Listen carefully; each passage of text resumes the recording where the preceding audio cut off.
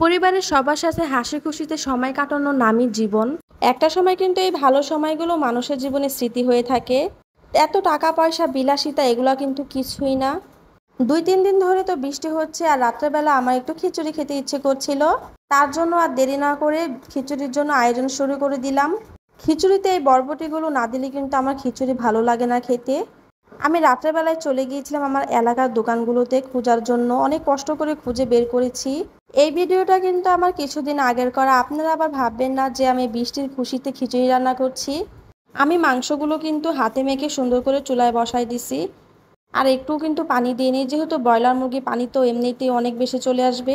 কিছুদিন ধরে অনেক বেশি মন খারাপ থাকে। আমাদের বাংলাদেশের যে অবস্থা, বন্যায় কত মানুষের প্রাণ যাচ্ছে আসলে হিসেব নেই।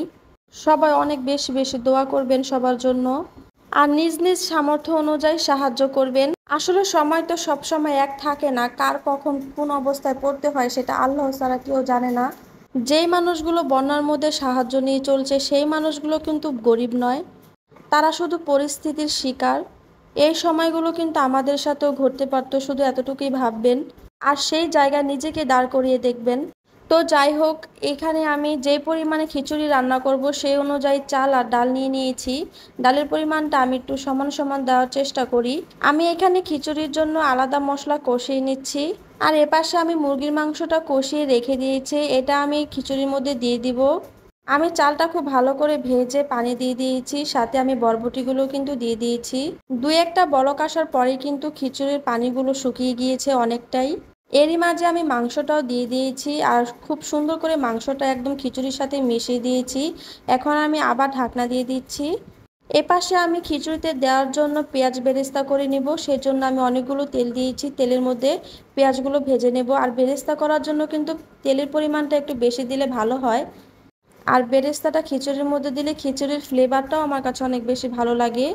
এই যে আমি খিচুড়ির ওপর বেরেস্তাগুলো দিয়ে দিয়েছি আর আমি বেরেস্তার সাথে খিচুড়িগুলো খুব সুন্দর করে মিশিয়ে নেব, যেন খিচুড়ির সাথে বেরেস্তার ফ্লেভারটা একদম সুন্দর করে মিশে যায় আর খেতেও খুব ভালো লাগে। আমি বেরেস্তাগুলো দিয়ে দমে দিয়ে দিয়েছিলাম। এই তো আমার খিচুড়ি হয়ে গেছে আর অনেক সুন্দর ঘ্রাণ বের হচ্ছিল। খিচুড়িটা খেতে কিন্তু অনেক বেশি মজা হয়েছিল। খিচুড়িটা খেয়ে সবাই অনেক বেশি প্রশংসা করেছে, আমি তাতেই অনেক খুশি।